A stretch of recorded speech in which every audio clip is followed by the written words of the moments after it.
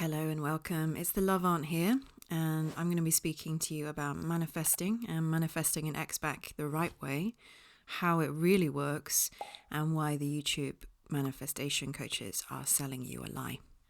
Let's be real.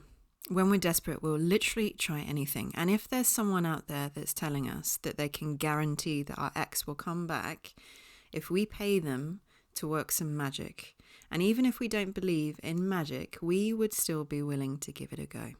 The thing is, I do believe in magic, and I believe in the power of love. And I also believe in the power of our minds when we focus on something.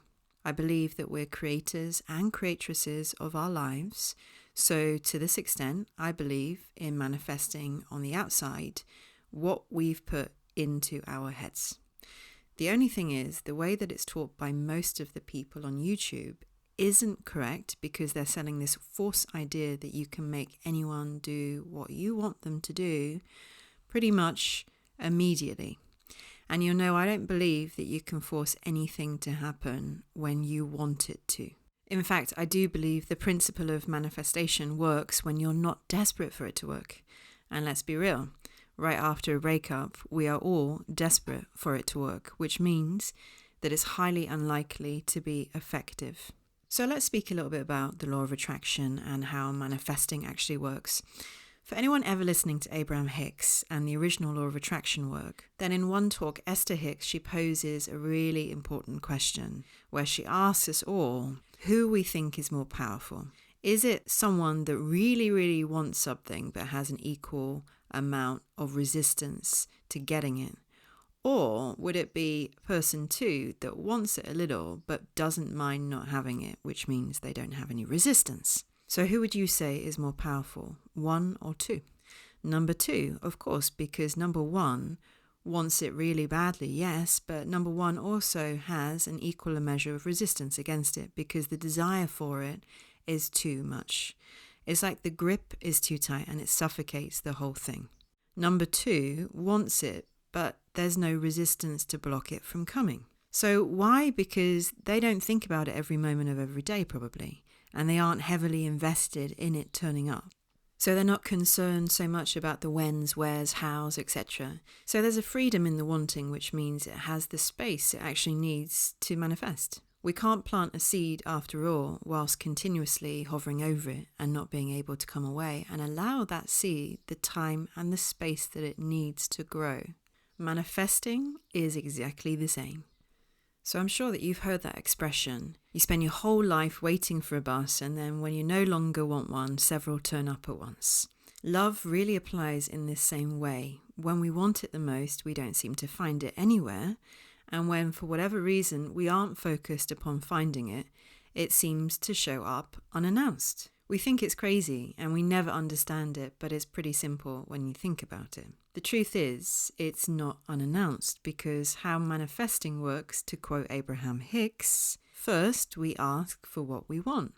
We may ask that inwardly, or we might say it outwardly, things like I want a lover or I want a romantic partner. But even if you aren't that intentional, if you want it, then you're still saying it on some level of your being, you see. And that energetic vibration or frequency is being put out like a radio signal. So what comes next is simple, because Abraham Hicks always said, when you ask, it's done. The next step, though, is really the hardest step for anyone to do, because it involves you completely getting out of your own way and going about your day and forgetting about what you've asked for. That means not being focused on it every moment of every day, looking for where it is or how it's not happening for you. Because when we're doing that, when we're so focused upon something and the absence of it, what we're doing is we're creating resistance. And that's the block between you and getting what you want. The problem is, when we want something, it means it's not currently in our life, right? And when we start focusing our energy on it not being in our life, our frequency gets stuck in the absence. So what we get back in return is just more absence. Indeed, the more we want something, the more resistance we have built up, blocking us from getting it. That's why the bus analogy works. When we aren't standing around looking for the when, wheres, and hows to show up, We create the space to be in alignment energetically for it to enter our life. But we have to have enough trust and faith that what we want is on the way. And just because we can't see it yet, it doesn't mean that it's not coming. But we've got to kill that negativity with the energy of needing it to happen now and focusing our attention on it not being present, because that will make us feel really sad, depressed, frustrated. And the truth is, we can't manifest from those lower frequencies. We're just not in the right state to do it. So when we're going through a breakup, we're at our most anxious. And we're actually in a place where we'll do and we'll try anything to get our ex back, as we know. And no disrespect, but there's a lot of people playing on this kind of vulnerability. The bottom line is we can't manifest an ex back or love into our life directly after a breakup. Because, like I've said, we aren't in the right energy or mindset to do it. We feel too sad and lonely, depressed, anxious, desperate, and impatient, and we want it so badly during a breakup that we put out more resistance than anything else. Manifesting only works in flow and never in force. Things can only come when there's no resistance. So no matter how the coaches want you to think that you can manifest an ex back with the law of attraction, it is certainly possible, but it's not achieved from the way that they're teaching it. You can't focus tensely, she's at my door, she's at my door, she's at my door, and expect her to suddenly be at your door. And the same goes with a text. They teach you to look at your phone and to keep on focusing on this text message that's about to arrive and not let go. But unless you let go and get out of your way, it's not going to flow into creation. And things come, believe me, they do come, but not when we want to force them. They have the possibility of coming much sooner than you can ever imagine, but we have to try to relax in the process and go on with our lives. And the other important thing that we've got to do is not focus on scarcity. So just like we can't afford to be repeating that love is absent from our lives, we've also got to open up the avenues from which love can enter. If we focus solely that love can only enter from our ex, then we're in a scarcity mindset and we have resistance. When we're in a place of not minding from what direction love comes, we're actually in the best place of attracting an ex back, because there's literally no resistance and the energy's flowing completely unblocked, and we're coming from a place of abundance and not lack. You've heard and noticed that often exes seem to come back when we've moved on or we're not bothered anymore. Well, this is how it works, because we'd wanted our exes to come back. They didn't come back, so we had to let go of that resistance of them coming back by going through the process of letting them go and doing our own healing.